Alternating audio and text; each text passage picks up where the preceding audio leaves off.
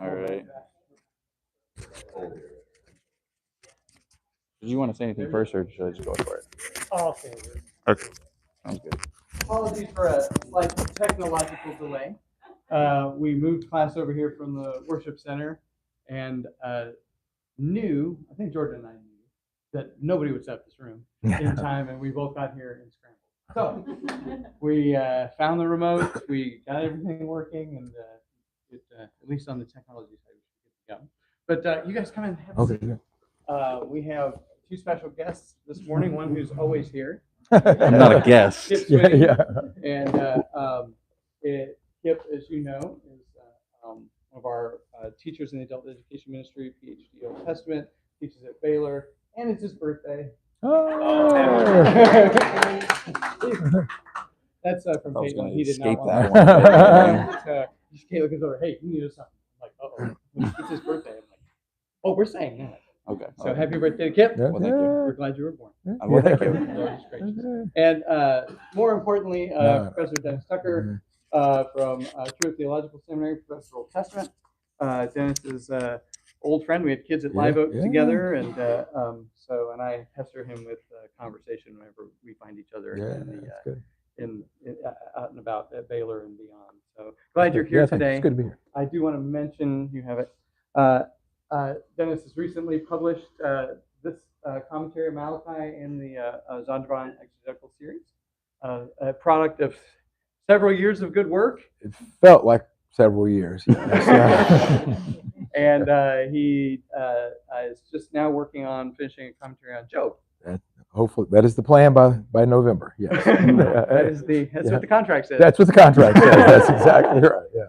So, well, glad you all are here. We're going to have a conversation this morning. Come on in about kind of the Malachi a bit and the original 12 series we've been doing. So, let's open with a word of prayer, and then we'll get into the word. Father, thank you for calling us out together this morning to praise you, to remind one another of the hope we share and the calling that you've given to us. Be with Kipp, Dennis, as they talk with us this morning about Malachi, your call to your people in time of crisis. Hand upon us, open our hearts and our minds. Hear your word in Jesus' name. So I'll turn it over to you all. Okay. All right. I may awkwardly hang out behind you. Okay. Dr. Tucker, we are thrilled to have you here. By my count, Dr. Tucker has already published 11 books as either author or editor. Something like that. Largely, most of your books have had to do with the Psalms. Right. But then a few years ago, you decided to go after Malachi, right? Or the publisher asked you to go after Malachi, right? We're in our series, that's the Book of the 12, and we are concluding this series pretty soon here. And as is appropriate, we're ending with Malachi. And so just kind of to start us off, talk about some of the big picture things about Malachi. What's really important that people need to know about this book? I mean, I think that's a great question, Kipp. Well, first, thank you all for letting me be here. Great to be with you. And yes, I told Carl, I can remember when our girls and his kids went to Live Oak, we did summer basketball camp here at your community center. So this is how I first got to know your church. So as far as big picture on Malachi, I think most of us know it's the last book in the Protestant Old Testament. So we generally don't get that far in the Old Testament. So we know Malachi's over there somewhere.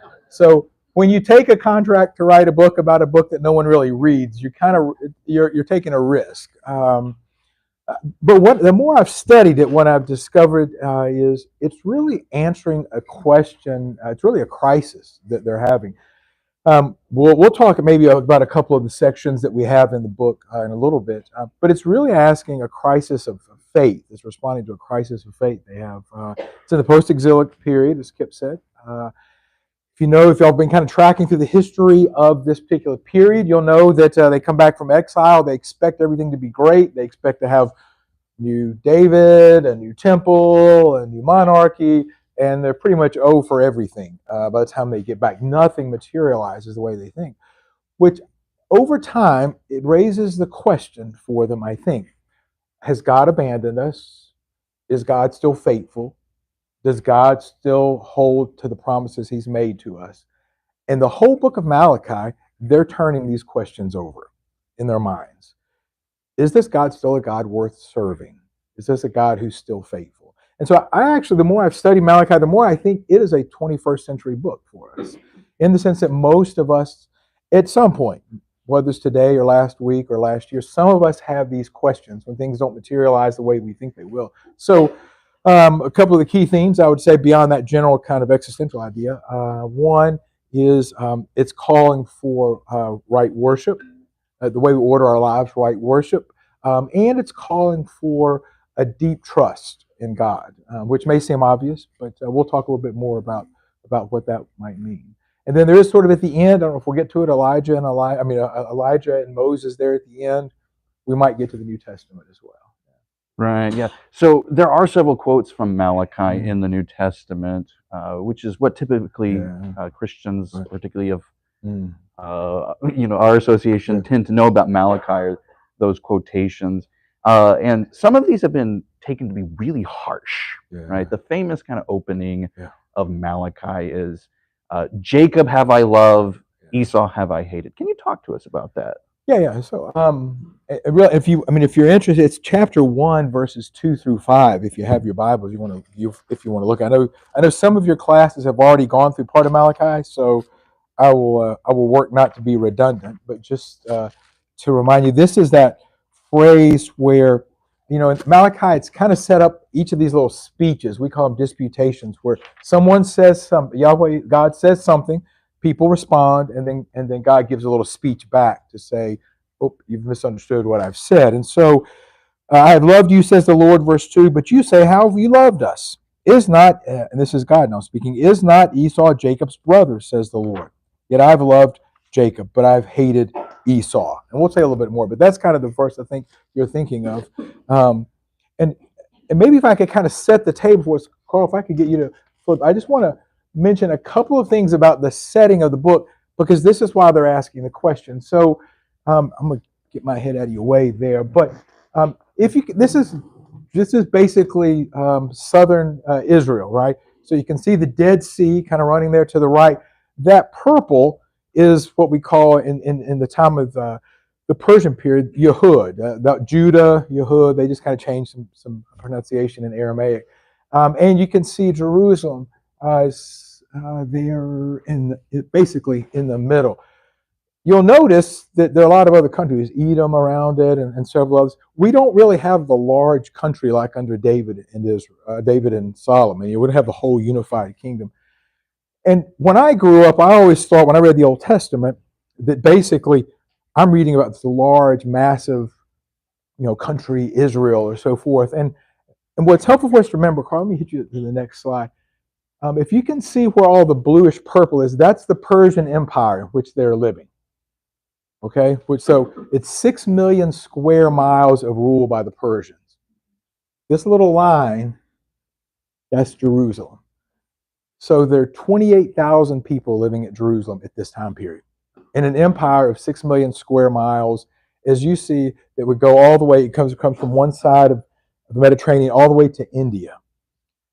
And so there's some other, you can see it, and there's some other issues too I just want to mention that'll explain why they're asking this question. As I said, the population decreases all the way down to 28,000. Before the exile, they were somewhere in the neighborhood of 200, 250,000. So they come back kind of wondering, how will we survive as this small people group? And it doesn't help any that finances change. There's a lot of complexity here, but one of the Persian rulers, Xerxes, up to this point, you may have heard of people like Cyrus and some people like that. They would pay for you to keep your temple going, because what they knew is the temple was the place you paid your taxes to the government. Xerxes decides, this is crazy. We are paying you to keep a building going for you to pay us. You just pay us. We're not paying you anymore. And this raises this is important why the tithe issue comes up in Malachi. is because they're having a financial crisis. The other piece is the taxation rate. So we can complain about our taxes all we want, but under the Persian, it was 65 to 70% of your income. That was off the top. That's not what you paid your local people. That's your governmental taxation rate. So bad was it, Nehemiah tells us they had to sell their daughters in order to pay their annual taxes. So I mean, this is the context. And so if you wonder, are they just crying, for no reason at all in the book of Malachi? This is really pretty serious situation, existential crisis that they're in. And so when they ask, going back kind of to your question, Kipp, does God love us? What we're talking about is not does God have a is God going to send us a Valentine's Day card? Does God have this like warm heart feeling for us? The word love in the ancient world, and I think I've got a slide maybe for that, Carl. I'm not sure. Yeah, there we go. Yeah, sorry, but it's a little small. It's the Hebrew word is a chav, which, I mean, it can mean love like a man loves a woman. It can mean that. But normally between covenant partners, it's talking about like choosing. Like, so if you could think about choosing versus loving is the idea, or contracting with. So Bank of America loves me for many reasons, right? Right now, I got several loans, right? So they love, but really Bank of America has contracted with me. I've contracted with them. And so when he uses the word hate, Jacob I loved, Esau I hated, what he's really saying is not, I really love this guy over here, but I really hate emotionally this person over here. All God is really saying is, I have still chosen you, Jacob. I have not chosen. I'm no longer choosing Esau or the Edomites at the point. So it's not about emotional hating or loving. It's about who does he have a covenant with. And see, the people who were in Judah at this time, because things were so bad, as I just mentioned, they're beginning to toy with the idea maybe God has no longer chosen us. And so this is what this book opens up with, this covenantal language that really covers the whole book of Malachi, but I actually think the whole book of the 12. The whole book of the 12 is about covenant. And so Malachi, the last punch at the end of this collection, is they raise the final question. Does God still have a covenant with us? And Yahweh answers, God answers in the affirmative. I have, and I don't have a covenant even with Esau. No one else. It's just with you. Yes, you led us to covenant. That's actually where I was thinking we'd go next. Okay. This is an excellent transition Okay. here. In your book, you argue that covenant is like the main concern here. Yeah. You said the word shows up something like 8 times, but you say that's actually too few to actually give us an accurate picture of how important the concept of covenant is to this book. Right. Is there anything else you? Yeah, no, I mean, I know y'all talked some about it with Book of the 12. Probably covenants probably keeps coming up quite a bit.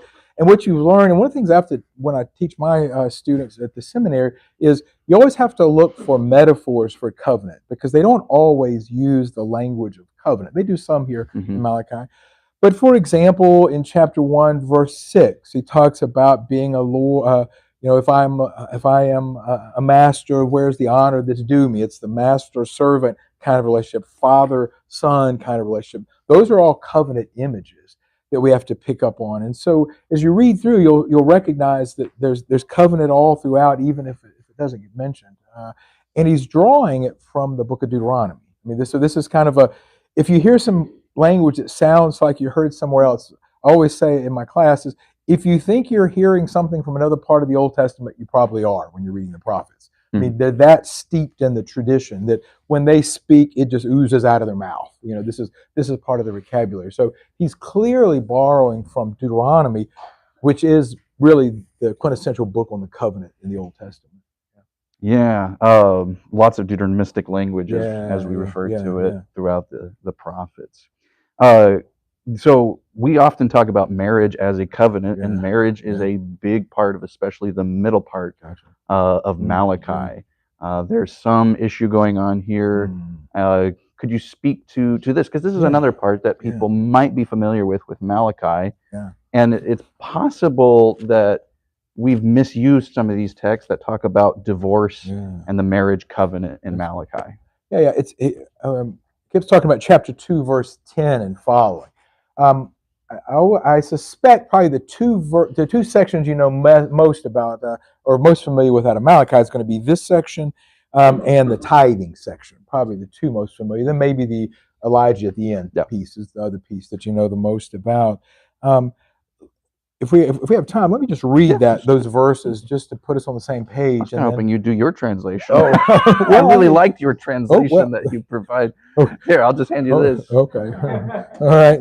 I'll hand you your own book. Okay, good. All right. Well, yeah, I was telling this morning, sometimes you have to go back and read what you said because you don't remember exactly what you said and if you still agree with yourself. That's a problem. I think mostly, I think I'm mostly in agreement with myself today. So we'll see. So this will be slightly different than your translations, but I think it's really good. So yes. So do we not have one Father? And I have that lowercase, not a capital F there. Do we not have one Father?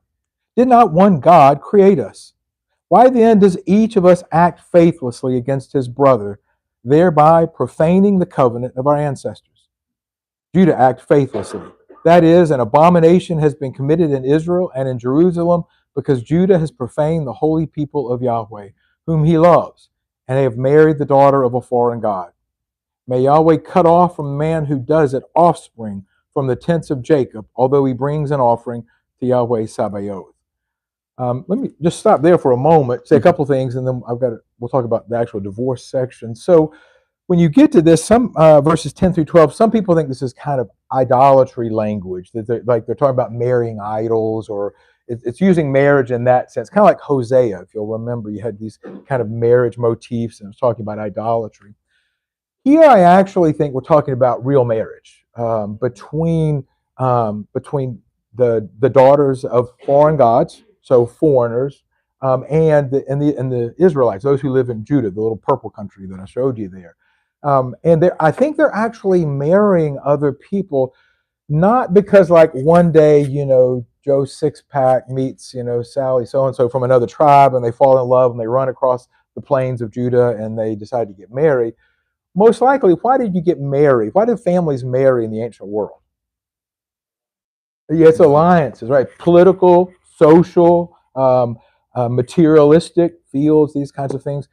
And so if Israel, Judah, is living in a time where they're not really sure financially they're going to make it, and you only have 28,000 people in your little community, one of the questions is, how do we ensure the financial future of our nation?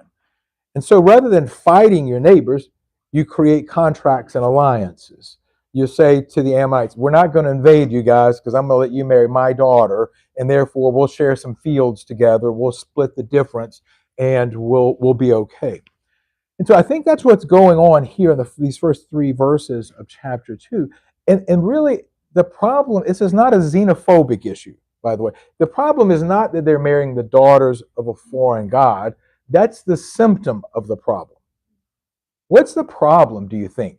The fact that they feel like they need to go marry other people groups to secure through alliances and so forth their financial future. What's the real issue that underlies that?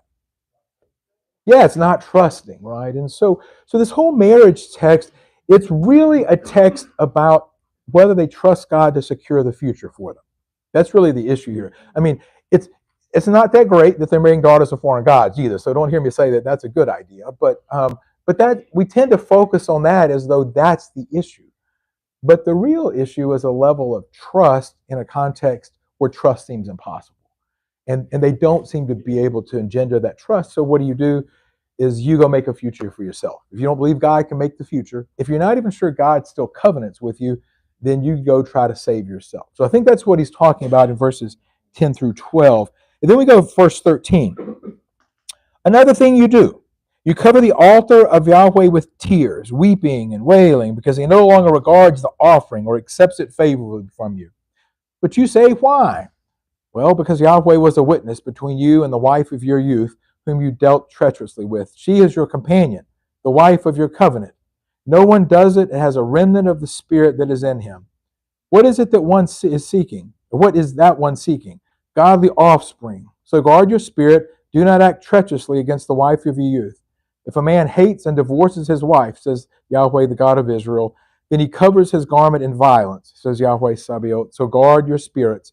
and do not act treacherously. So we've got another marriage issue here. What's the marriage issue here?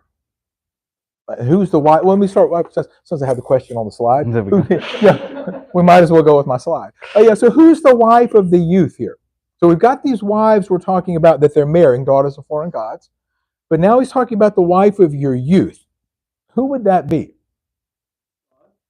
Maybe God, if we're using metaphorical language, definitely. Although, interestingly, that's a great question. In the metaphor, when you have husband and wife in the Old Testament, Hosea, Gomer, God, Israel, God normally plays the husband or the wife role. Issues of the masculine. And that's not about anything about masculinity versus femininity. That's just in the ancient world. You usually, the dominant power had the masculine role, and the other one, whether it was parent or child, king, servant, whatever. Yeah. So here, I think probably maybe not metaphor. I think we're back to real marriage here. Who's the wife of your youth? Do you think? Yeah, the first wife probably would have been a Jewish wife, right? I mean, because remember in the Jewish tradition, I mean, we learn this from Mary in the New Testament, right? They get it betrothed very early, 12, 13, usually after the first menstrual cycle, they get betrothed, and then they'll marry. And so there's this wife of the youth that he's talking about, and she's being treated treacherously, is the word that's used here, faithlessly. They're wanting to divorce the wife of the youth there in chapter 2. And so I think maybe maybe push it again there. Yeah. Yeah. And so you'll notice here, interestingly, how she's referred to, which I think for thinking about our theology of marriage, this is an interesting piece. The word that they use there, chaber, it means to be a companion or a partner. God is sometimes referred to as, calls himself a chaber to humans. So it's not a hierarchical position. It's a true partnership. So again, we're back to chapter 1. Does God still love Israel? Is he still partnering with Israel? And now God's saying, but you also have another partner, your chaber, the wife of your youth, and you're treating her treacherously, is the claim here, which means they're divorcing or sending her away. And so probably what's happening is, if you live in a culture that you're getting taxed at 70%, you're selling your children off to pay for your taxes. The thought you already have one wife in your house, the thought of taking on multiple wives and multiple children probably doesn't make a lot of sense. And so they're divorcing their wife of their youth because maybe she's older, and they're now making these contracts and alliances with other people in order, again, to make their security. And so we get this language here about verse 14, about Yahweh being a witness between you and the wife with whom you've dealt treacherously. So basically, they're being challenged because of that. So because God has seen what they're doing. I think verse 15, maybe, Carl, is, yeah, I've got each of those. Well, let me read each of them. Yeah, don't hold just one sec. Yeah, so when I read my translation, I'm betting pretty much my translation did not follow yours in verse 15, if you're following along. This is why I wanted you to read yours. Yeah, yeah, I'm not saying it's right, I'm saying it's different. But so the NIV has this: has not one God made you? You, plural, that's how they translate it. You belong to him in body and spirit. What does the one God seek? Godly offspring. I can tell you the last two words, everybody has those words. The rest of the translations, it's maybe quite a bit of disagreement. Let's do. Yeah, this is the Holman Study Bible. Didn't the one God make us with a remnant of his life breath?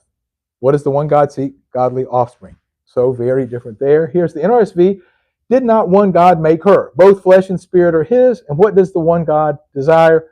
But godly offspring. So you see, we got some very difference, and then different translations. The New American Standard, but not one has done so who has a remnant of the Spirit. And what did that one do while he was seeking a godly offspring? And then this, I'm going to get out of the way because my head's in the way. And this is the Hebrew here. And not one, this is literally the Hebrew, word for word. And not one does it, parenthetically there, and a remnant of the Spirit belongs to him. What is that one seeking? Godly offspring. You notice a couple of things in this translation. You'll notice all of these translations begin with questions, except in your American Standard I'm sorry, except for the Hebrew translation. They assume a question's being asked. What's interesting in Malachi is 25 times Malachi asks a question. He always begins the question with a question word. Who, what, how, why, that kind of thing. In this verse, there's no question word. Everyone just assumes there's got to be a question being asked. And so I tend to think, well, if he meant to ask a question, he'd probably use one of those other question words because he seems to be pretty good. In 55 verses, he's using 25 questions. So he knows how to write a question. So I think he's making a statement here about marriage. And so let me go one more here, I think. So let's put it all together. And not one does it, and a remnant of the Spirit belongs to him. What is that one seeking? A godly offspring. Or if I'm kind of doing like a Message translation, no one in his right mind would do such a thing. That's kind of what he's saying. When you talk about the remnant of the Spirit, we're not talking like Holy Spirit. We're not talking about like the Spirit that indwells a person. Spirit can also mean like your thinking capacity, your judgment. And so what he's really saying is no one in their right mind would go and marry a foreigner, not trusting in God, and then divorce the wife of your youth that, oh, by the way, God was a witness to the marriage of that. And you think you'll get away with it, right? No one in their right mind would think that way. And he says, and what is it that you're seeking? What is that one seeking? Godly offspring. And Malachi is going to say, Malachi is basically implying what? If you go and marry the foreigner, there's no godly offspring there. I mean, the only godly offspring is with the wife of your youth, the woman within your community that you've married. And so again, I mean, if he thinks he's securing his future by marrying foreigners, and you're producing the offspring that will keep your people alive, Malachi is saying, are you kidding me? We have 28,000 people, and if we marry into the other nations, we'll assimilate, we'll just become like them, we'll lose our identity, and slowly but surely, we'll have no idea who we are as Jehudites. So that's really the issue here about this divorce text. And then he goes on and says, verse 15b, let me go back. It says, so guard your spirits and don't act faithlessly, treacherously is the Hebrew word really there, against the wife of your youth. Because God was a witness of that marriage. So then we get to verse 16, and this is the divorce text. So I'll put all this on the table and then we can talk a little bit. Yeah, it may be a little hard to see, but I've tried to put the Hebrew up here with the English below it, okay? So most English translations will say, like, I hate divorce, says God. Is that how your translation probably reads? Something along those lines. And what we know is actually the word hate is not in the first person form in the Hebrew. It's in the third person form. And so really, it's if one hates, and then shalah is the word to send away. But that's a euphemism for divorcing someone. So you hate someone. Remember back in chapter 1, we love because we've covenanted with. We've hated because we're no longer covenanting with. So if you no longer hate your wife, and you send her away, you divorce her. Moses uses that same word in the book of Deuteronomy. If you hate, that is, you send away your wife, says the Lord God of Israel, then he, this man, spreads violence upon his garments. So none of that seems to make any sense. What do the garments have to do with anything, right? Yeah. I mean, yeah. So garments is a metaphor in the Old Testament for the marriage contract. You'll remember when Ruth in chapter 3 was on the floor with Boaz, and she tells him to do what? Spread your garment, your cloak. We translate English as cloak, but it says garment there. Spread your garment over me. She's basically saying, go ahead, ask me to marry me. I'll say yes. I mean, that's what Ruth is saying, right? And so here he's saying, if you send her away, you're doing violence to the covenant that the two of you have, and you have put violence on that. Also, the word garment in the book of Proverbs, it refers to one's inner character. So I think if we were to ask Malachi, do you mean you're saying if you divorce and send your wife away, you're committing violence to the marriage itself, or are you reflecting your inner self? I think Malachi would say what? Yes. I think I'll take option C. I think he's saying both of those things. So, any questions about that? Because I'm going to ask a follow-up question in just a moment, but I want to let that settle in for just a second. because here's my question for us. Does it matter if you read the translations that say something like, I hate divorce, says the Lord? Or if you set it up as, if one hates, that is, sending away his wife, then he spreads violence upon his garments. How does that make a difference to the reader, to the hearer? I'm not trying to soften things here, but I'm just asking interpretively, what's the difference? How you hear it. What's the difference?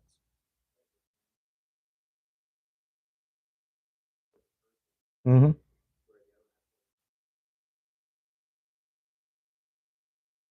Gotcha. Okay, good. All right, nice.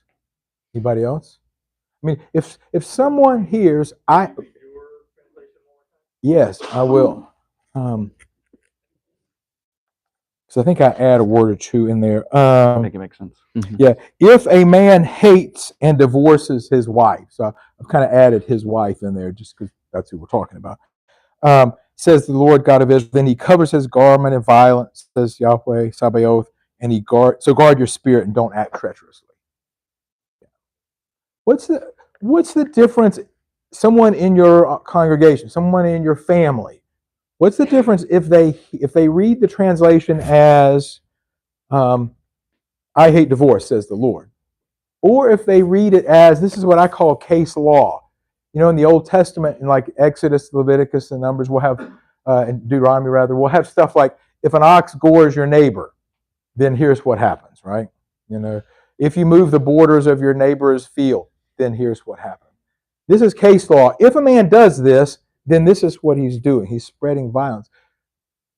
I'm sorry, someone? Okay. Yeah, good. Yeah, good, right.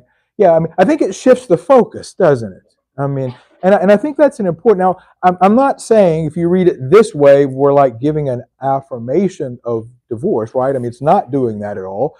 But the stress is on the actions of the human, right? What they're doing. Because if you do this, then you're creating violence upon your wife. And think about, in the ancient world, if you're a female and you get divorced, you get sent away from your home, from your husband's family, you basically have two options from this point forward. What are your two options? Maybe to return to your family if they will take you financially. We're in a culture now where probably no one wants to have to pay taxes on anybody, so they may not even take you. But maybe go back home, yes? Work for your own living? Yeah, work for your own living, and probably how will you work for your own living? Prostitution. Everybody's like, I can't say that word in church. Yeah. So basically, it's prostitution and begging. I mean, if your family won't take you back in, which normally if you've been away long enough, and I assume wife of your youth means you've been in your household for a while. So normally the family would say, we're not going to make you money off of you if you come back to the household. We'll lose money. So good luck. You got two options. And so this is the violence. Yes. Right.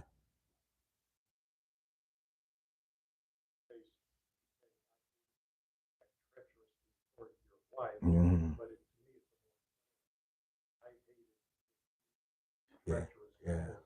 Yeah.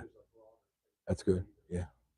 Yeah, good. Yeah, I mean, and in fact, and that's a good observation. If you look back up in verse 10 of this chapter, where he says, my translation, why then does each act faithlessly or act treacherously against one another? I mean, so that's really like the thesis statement of this section is, why are we, in a culture that we're trying to survive in, as these Judahites, why are we being faithless to each other? Why are we being treacherous to each other?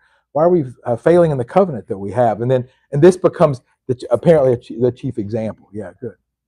Anybody else? How does this sound different? Does it make a difference, maybe? Or are you going to say something else? Go ahead. Well, I just had a question. Don't capitalize the Yes. Father. Yeah, good question. Yeah, so I think the reason I don't capitalize it is I think it's ambiguous in the Hebrew. It mentions one father, and I think it is referring to Abraham. But there are a couple other places in the Old Testament at this point in Israel's history where a father is referred to as God. End of Isaiah and a couple other places. And then, of course, we get the Our Father in the New Testament, right? picking up here. I think it talks about the Father there, referring both to Abraham, but then the very next line is, don't we have one God who created us? I think it plants the seed. Oh, wait, we just said Father. Did we mean Father Abraham, or do we mean Father here now God? And I think what we'll see in a couple of the places in the book is the word Father gets used to refer to your forebears, the previous generations. And so that's why I think it's pointing back. Don't we have something that holds us together? Don't we all belong to one family? Why would it be treacherous? And oh, by the way, wasn't that family created by God? And if that family's created by God, then how in the world could we act treacherously to each other? Because this is the family God has given us. So that's why I don't capitalize Father. But there's some translations that do. So I'm not going to bet my salary on that one. But I think it has a sort of a double meaning there in that verse. Right. Yeah. So I guess I'll say just in closing then on that piece anyway, Kipp, is I think it makes a bit of a difference, because normally if you hear it as "I hate divorce," says God, and there's a person in your family or in your church who's been divorced, they will probably hear what? Yeah, does God hate me, right? And so I want us to be able to take that off the table. And we need to take that thought off the table. And this rendering helps us take it off the table. Because the focus isn't now about who does God love or hate, right? The focus is on God saying, don't treat my people treacherously. And if you're a guy who sends his wife away and puts violence on your garments, then shame on you. And so it's really the focus is on the person who doesn't act like the member of the community, not on what God's preferences are. Again, this doesn't affirm divorce, right, at all, but the focus is placed differently. It's the same as God making laws about, like I said, in the other parts of the Old Testament, and it changes the dynamic of the text a little bit, I think. Yeah, I don't know if that helps any. Could you say just 30 seconds or less about how this might help us understand some of Jesus's hard teachings on divorce? In fact, I was just reading. I was just reading this last week in my own reading. Get my little sticky note here where I have to keep track of where I am. So even though I do Old Testament, I actually do try to read the New Testament. So I do believe in that. So if you go to chapter 5, I was looking at this week reading Matthew chapter 5. Matthew. Thank you so much. Yes. Yeah, sorry. Yeah, I know where my sticky is. This is Matthew 5. Yeah, I know where I am. Yeah, so it's interesting. Here's what Jesus says. It was also said, whoever divorces his wife, let him give her a certificate of divorce. But I say to you that anyone who divorces his wife, except on the grounds of unchastity, causes her to commit adultery. And whoever marries a divorced woman commits adultery. And so it's interesting, even in Jesus' teachings, here, the man who divorces his wife, he creates hardship for her in this situation. Jesus' teaching is the same thing. Don't divorce your wife, Jesus says. You will make her commit adultery. You will make her break the law because of your own action. Because if you look in the 1st and 2nd century at the Jewish writings that are in the Talmud, but then the Midrash and the Mishnah, they'll have I guess it's the Mishnah in particular, has a list of reasons you can divorce your wife. There's a long whole section. The scribes have determined what can constitute reasons for divorce, including burning your meal. If your wife burns a meal, you may divorce her. I think Jesus is saying, I think that's a pretty low bar. I think Jesus is saying, because if you do that, you divorce for something pithy like that, you're causing her to commit adultery. You have put her in garments of violence at that point. So I think that I think understanding what's being said here in Malachi, it's not different from what Jesus. It actually, for me, it opens up. And this week as I was reading through, it jumped off the page thinking about that. Mm-hmm. Yeah. So Malachi is the last book, certainly of the Protestant Old Testament. There are reasons for this, right? It's very particular reasons that have to do with chapter 3. Yeah. Because there's a prophecy of the coming Elijah. Yeah. Right. And Jesus explicitly identifies John the Baptist as this coming Elijah. And so when flipping back and forth between Malachi and Matthew and in a Protestant Bible, that's not very far. Right. No, this is right. Yeah. This is intentional. Yeah. I think the Protestants clearly were setting up the Malachi, John the Baptist connection that the New Testament sets up. They just want to make sure we're smart enough to see it. So they're going to put the books really close together. In the Hebrew Bible, you end with Second Chronicles. So if you're reading through the Hebrew Bible, you have to do a little work to go back to find Malachi, then to read Matthew if you're going that way. So I do think there is a reason Malachi is here, and of course it's part of the book of the 12, which you all have been talking about. And so you kind of think about the big three: Isaiah, Jeremiah, and Ezekiel in the Protestant canon. And the book of the 12 is the fourth of the big ones, right? And so, and we could argue Malachi is at the end simply because it's the last one, or potentially we could get into a big debate about that. But we'll assume it looks like it's the last of those written. But I actually think it's probably there at the end for what Kipp is saying, is that I think it's a foreshadowing of Jewish expectations of the inauguration of God's arrival. And so we get a couple of places for that. I don't know, Kipp, if we want to talk about those or not. I think so. We just have a few minutes. Okay, but how much? We got like about 5 minutes left. Oh, okay, so then we won't talk. 6 minutes. Okay, all right, thanks. Yeah, so I mean, just at the end, it talks about the very end of the book. It talks about Moses, and it talks about Elijah, and Elijah is going to come. This is clearly what the Gospels want us to see. That when you look at John the Baptist, who's eating honey and locusts and dressed in camel hair, and he looks like a freak, everyone's like, no, that's just Elijah, because we know what's about to happen. It's also interesting. Where else do you see Moses and Elijah together in the New Testament? Bible trivia time. Yeah, you guys, Sunday school class has been good to you.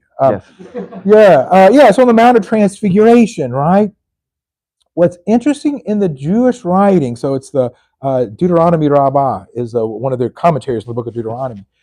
It says, when the Messiah comes, Elijah will come with Moses with him. If you look in how Mark, which we think is the first gospel, he presents the Mount of Transfiguration, it's Elijah and Moses is with him, is how it is said. So Mark is wanting to say, you better pay attention. Because Malachi said, when we see this moment, this is the inauguration of the kingdom of God. And this Mount of Transfiguration isn't some cool trick about how old people come back and hang out with Jesus. This is an announcement, right? I mean, this is a declaration for those with ears to hear. And the declaration is the kingdom has come and it is being fully inaugurated. Elijah knows it, Moses knows it, Jesus knows it, and the 3 disciples are asleep. Don't be asleep, I think is what they're saying on the Mount of Transfiguration. How can everyone else know it and they fall asleep?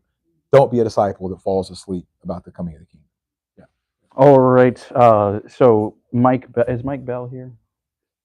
Oh, there you are. I promised Mike that we would ask this question because he asked it to me last week in our last few minutes here. The Book of Remembrance. Oh, yeah. What is the Book of Remembrance in chapter 3? Yeah, great question. And as you can imagine, lots of different. Yeah.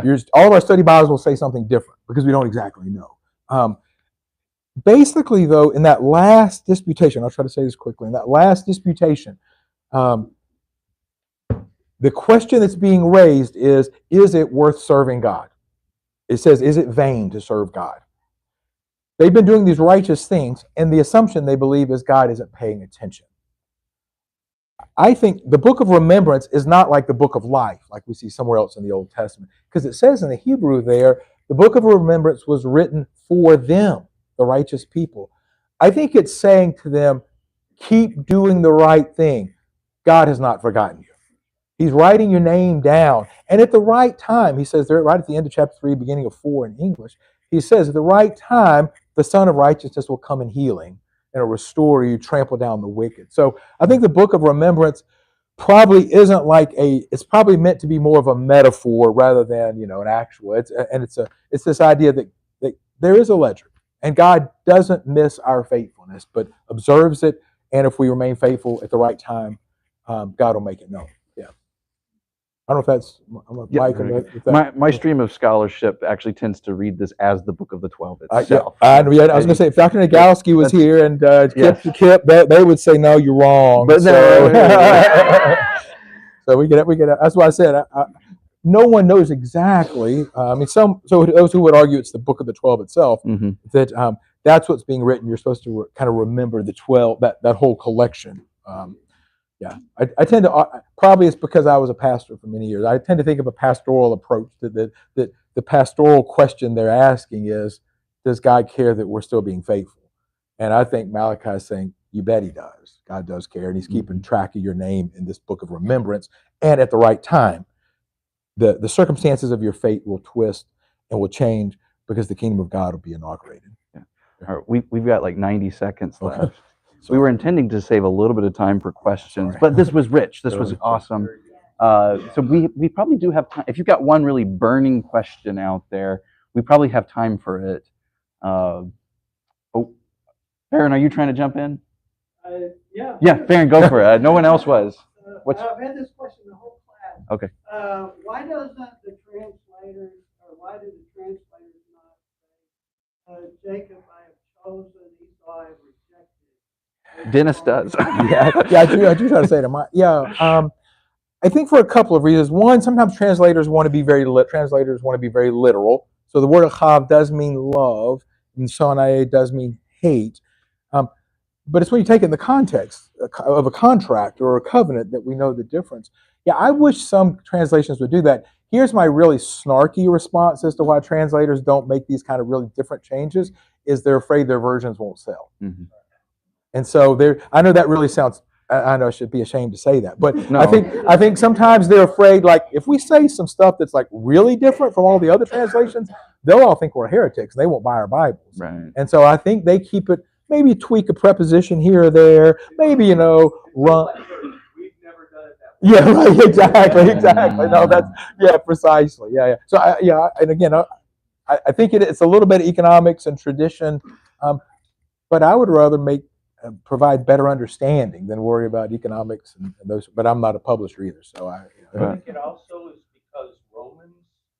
Yeah, that's right. Yeah. But the Greek isn't that different. Right. No. Yes. Right. Yeah. I mean, They should translate it that same way there. Yeah. It's contractual there, right, or covenantal, right? Exactly. Yeah. Well, let's give Dr. Tucker a big thank you. And here's our gratitude for joining us today. All right. Thank you so much for being with us. Thank y'all. Enjoyed the conversation. It's Malachi. Yes. Exegetical commentary on the Old Testament, and it's the Malachi. That's a whole series. That series is great. Yeah, it's this whole series, and just published in March. Yes, right. Yeah, just still hot off the press. Hot off the press. Off the press. That's good. All right. Thank y'all very much.